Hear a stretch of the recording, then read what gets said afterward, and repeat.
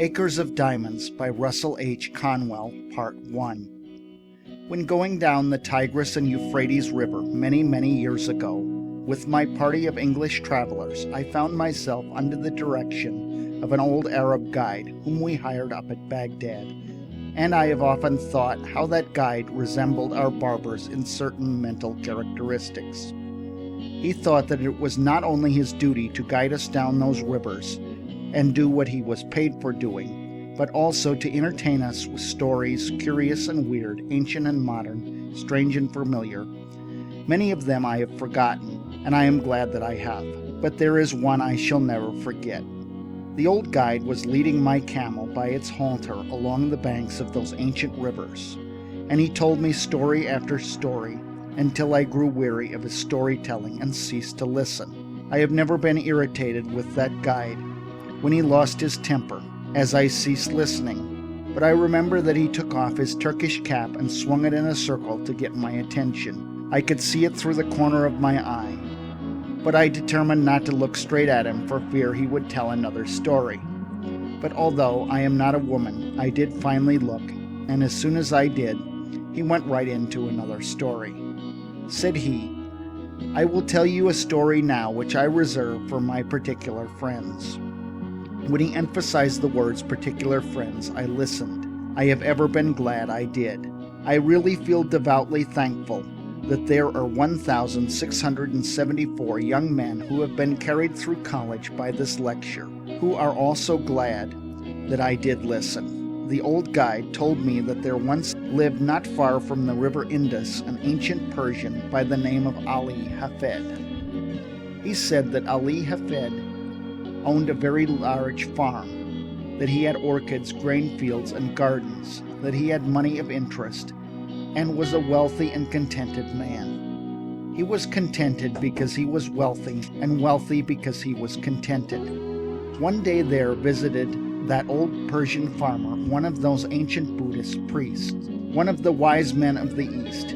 He sat down by the fire and told the old farmer how this world of ours was made. He said that the world was once a mere bank of fog, and that the Almighty thrust his finger into the bank of fog and began slowly to move his finger around, increasing the speed until at last he whirled this bank of fog into a solid ball of fire. Then it went rolling through the universe, burning its way through other banks of fogs, and condensed the moisture without, until it fell in fields of rain upon its hot surface and cooled the outward crust. Then the internal fires bursting outward through the crust threw up the mountains and hills, the valleys, the plains, and prairies of this wonderful world of ours. If this internal molten mass came bursting down and cooled very quickly, it became granite, less quickly copper, less quickly silver, less quickly gold, and after gold diamonds were made. Said the old priest, "A diamond is a congealed drop of sunlight." Now that is literally scientifically true, that a diamond is an actual deposit of carbon from the sun. The old priest told Ali Hafed that if he had one diamond the size of his thumb, he could purchase the country, and if he had a mine of diamonds, he could place his children upon thrones through the influence of their great wealth. Ali Hafed heard all about diamonds, how much they were worth, and went to his bed that night a poor man. He had not lost everything, but he was poor because he was discontented, and discontented because he feared he was poor. He said, "I want a mine of diamonds," and he lay awake all night. Early in the morning he sought out the priest. I know by experience that a priest is very cross when awakened early in the morning, and when he shook that old priest out of his dreams, Ali Hafed said to him, "Will you tell me where I can find diamonds?" "Diamonds? What do you want with diamonds?" "Why, I want to be immensely rich." "Well, then go along and find them. That is all you have to do. Go and find them, and you will then have them." "I don't know where to go." "Well, if you will find a river that runs through white sands, between high mountains, in those white sands you will always find diamonds." "I don't believe there is any such river." "Oh yes, there are plenty of them. All you have to do is go and find them, and then you have them," said Ali Hafed. I will go." So he sold his farm, collected his money, left his family in charge of a neighbor, and away he went in search of diamonds. He began his search very promptly, to my mind, in the mountains of the moon.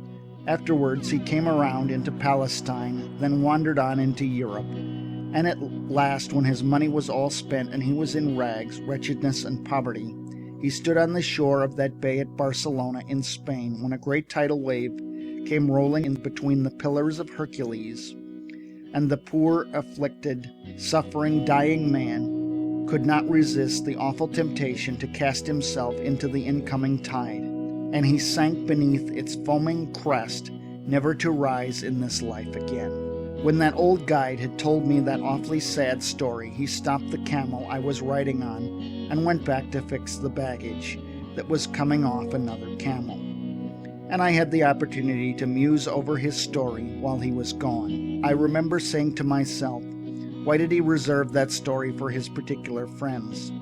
There seemed to be no beginning, no middle, and no end, nothing to it. That was the first story I had ever heard told in my life, and it would be the first one I ever read in which the hero was killed in the first chapter. I had but one chapter of the story, and the hero was dead.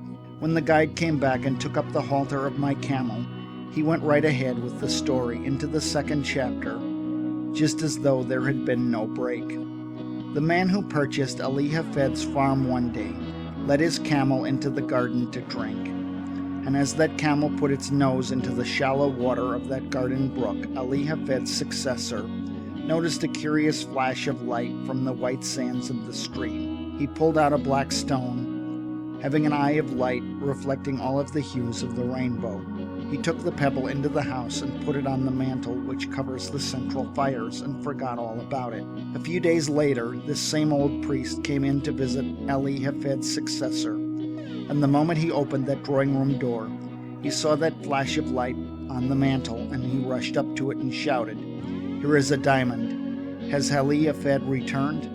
"Oh no, Ali Hafed has not returned, and that is not a diamond. That is nothing but a stone we found right here in our own garden." "But," said the priest, "I tell you, I know a diamond when I see it. I know positively that is a diamond." Then together they rushed out into that old garden and stirred up the white sands with their fingers, and lo, there came up other more beautiful and valuable gems than the first. Thus, said the guide to us, and friends, it is historically true, was discovered the diamond mine Galconia, the most magnificent diamond mine of all in the history of mankind, excelling the Kimberley itself, Koh-i-Noor, and the Orloff of the crown jewels of England and Russia. The largest on earth came from that mine.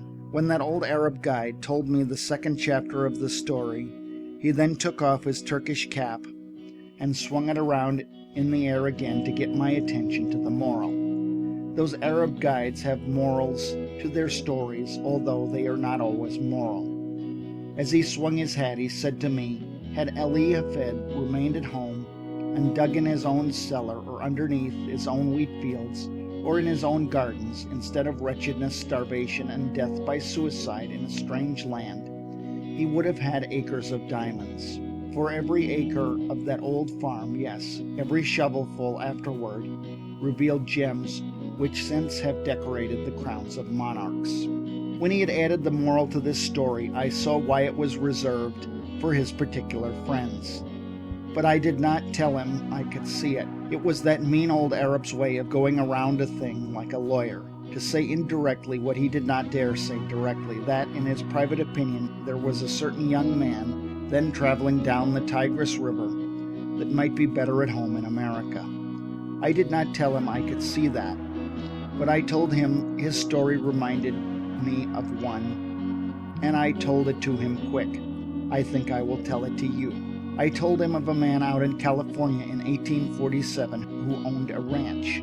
He heard they had discovered gold in Southern California, so with a passion for gold, he sold his ranch to Colonel Sutter, and away he went, never to come back. Colonel Sutter put a mill upon a stream that ran through that ranch, and one day his little girl brought some wet sand from the raceway into their home and sifted it through her fingers before the fire. and in that falling sand visitors saw the first shining scales of real gold that were ever discovered in California. The man who had owned that ranch wanted gold, and he could have secured it for the mere taking.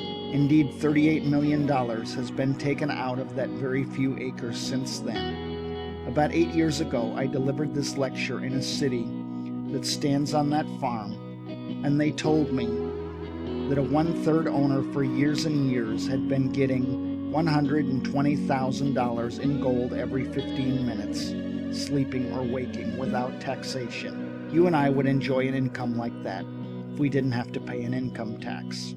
But a better illustration, really, than that occurred here in our own Pennsylvania. If there is anything I enjoy above another on the platform, it is to get one of these German audiences in Pennsylvania before me and fire that at them. And I enjoy it tonight. There was a man living in Pennsylvania, not unlike some Pennsylvanians you have seen, who owned a farm, and he did with that farm just what I should do with a farm if I owned one in Pennsylvania. He sold it. But before he sold it, he decided to secure employment collecting coal oil for his cousin, who was in the business in Canada, where they first discovered oil on this continent. They dipped it from the running streams at that early time, so this Pennsylvania farmer wrote to his cousin asking for employment. You see, friends, this farmer was not altogether a foolish man. No, he was not. He did not leave his farm until he had something else to do. Of all of the simpletons the stars shine on, I don't know of a worse one than the man who leaves one job before he has gotten another. That has a special reference to my profession and has no reference whatever to a man seeking a divorce. When he wrote to his cousin for employment, his cousin replied, I cannot engage you in business because you know nothing about the oil business. Well then, the farmer said, I will know, and with most considerable zeal, characteristic of the students of Temple University. He sat himself at the study of the whole subject. He began away back at the second day of God's creation, when the world was covered, thick and deep, with that rich vegetation which has since turned into primitive beds of coal. He studied the subject until he found that the drainings really of those rich beds of coal furnished the coal oil that was worth pumping, and then he found out how it came up with the living springs. He studied until he knew what it looked like, smelled like, tasted like, how to refine it. Now he said in his letter to his cousin, I understand the oil business. The cousin answered, all right, come on. So he sold his farm, according to the county record, for $833, even money, no sense. He had scarcely gone from that place before the man who had purchased the spot went out to arrange for the watering of the cattle. He found the previous owner had gone out years before and put a plank across the brook back of the barn, edgewise, into the surface of the water just a few inches. The purpose of the plank, at that sharp angle across the brook, was to throw over to the other bank a dreadful-looking scum, through which the cattle would not put their noses. But with that plank there to throw it all over to one side, the cattle would drink below, and thus the man who had gone to Canada had himself been damming back for 23 years a flood of coal oil, which the state geologist of Pennsylvania declared to us 10 years later was even then worth $100 million to our state. And 4 years ago, our geologist declared the discovery to be worth to our state $1,000 million. The man who owned that territory on which the city of Titusville now stands, and those Pleasantville valleys, had studied the subject from the second day of God's creation clear down to the present time. He studied it until he knew all about it, and yet he is said to have sold the whole of it for $833. Again and again I say no sense. But I need another illustration. I found it in Massachusetts, and I am sorry I did, because that is the state I come from. This young man in Massachusetts furnishes just another phase of my thought. He went to Yale College and studied mines and mining, and became such an adept as a mining engineer that he was employed by the authorities of the university to train students who were behind in their classes. During his senior year, he earned $15 a week for doing that work. When he graduated, they raised his pay from $15 to $45 a week and offered him a professorship. And as soon as they did, he went right home to his mother. If they had raised that boy's pay from $15 to $15.60, he would have stayed and been proud of the place. But when they put it at $45 in one leap, he said, "Mother, I won't work for $45 a week." The idea of a man with a brain like mine working for $45 a week. Let's go out to California and stake out gold mines and silver mines and be immensely rich. Said his mother, "Now, Charlie, it is just as well to be happy as it is to be rich." "Yes," said Charlie, "but it is just as well to be rich and happy too."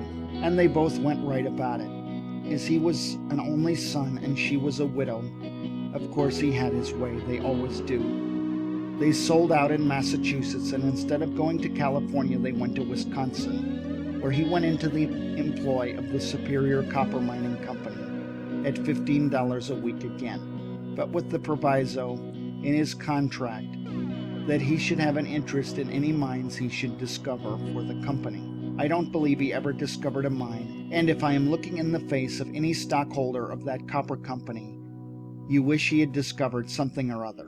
I have friends who are not here because they could not afford a ticket, who have stock in that company at the time this young man was employed there. This young man went out there, and I have not heard a word from him. I don't know what became of him, and I don't know whether he found any mines or not, but I do not believe he ever did. But I do know the other end of the line. He had scarcely gotten out of the old homestead before the succeeding owner went out to dig potatoes.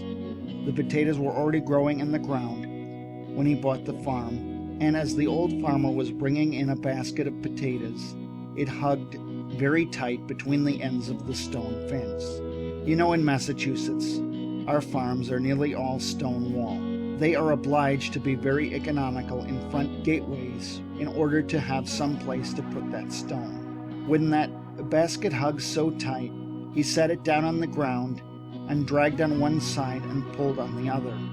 And as he was dragging the basket through, this farmer noticed in the upper and outer corner of the stone wall right next to the gate a block of native silver 8 inches square.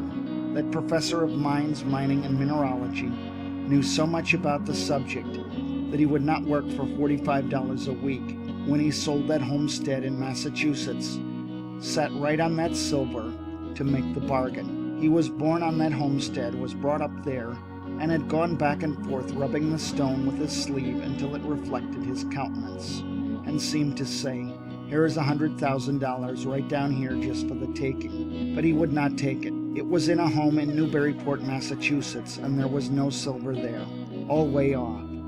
Well, I don't know where, and he did not, but anywhere else, and he was a professor of mineralogy. My friends, that mistake is very universally made, and why should we even smile at them? I often wonder what has become of him. I do not know it all, but I will tell you that I guess, as a Yankee, that he sits out there by his fireside tonight with his friends gathered around him, and he is saying to them something like, "Do you know that man Conwell who lives in Philadelphia? Oh yes, I have heard of him. Do you know that man Jones who lives in Philadelphia? Yes, I have heard of him too." And then he begins to laugh and shakes his sides and says to his friends, "Well, they have done just the same thing I did precisely." And that spoils the whole joke, for you and I have done the same thing he did. And while we sit here and laugh at him, he has a better right to sit out there and laugh at us. I know I have made the same mistake, but of course, that does not make any difference, because we don't expect the same man to preach and practice too. As I come here tonight, I look around this audience and I am seeing again what through these 50 years I have continually seen men that are making precisely that same mistake. I often wish I could see the younger people, and that the academy had been filled tonight with our high school scholars and our grammar school scholars, that I could have them to talk to. Well, I would have preferred such an audience as that, because they are the most susceptible, as they have not grown up into their prejudices as we have. They have not gotten into any custom that they cannot break. They have not met with any failures, as we have. And while I could perhaps do such an audience as that more good than I can do grown-up people, yet I will do my best I can with the material I have. I say to you that you have acres of diamonds in Philadelphia, right where you now live. Oh, but you will say, you cannot know much about our city if you think there are any acres of diamonds here. I was greatly interested in that account in the newspaper of a young man who found that diamond in North Carolina. It was one of the purest diamonds that has ever been discovered, and it has several predecessors near the same locality. I went to a distinguished professor in mineralogy and asked him where he thought those diamonds came from. The professor secured a map of the geologic formations of our continent and traced it. He said it either went through the underlying Carboniferous strata adapted for such production westward through Ohio and the Mississippi, or in more probability came eastward through Virginia and up the shore of the Atlantic Ocean. It is a fact that diamonds were there, for they have been discovered and sold, and they were carried down there during the drift period from some northern locality. Now who can say but some person going down with his drill in Philadelphia will find some trace of a diamond mine yet down here. Oh friends, you cannot say that you are not over one of the greatest diamond mines in the world, for such a diamond as that only comes from the most profitable mines that are found on earth. End of part 1.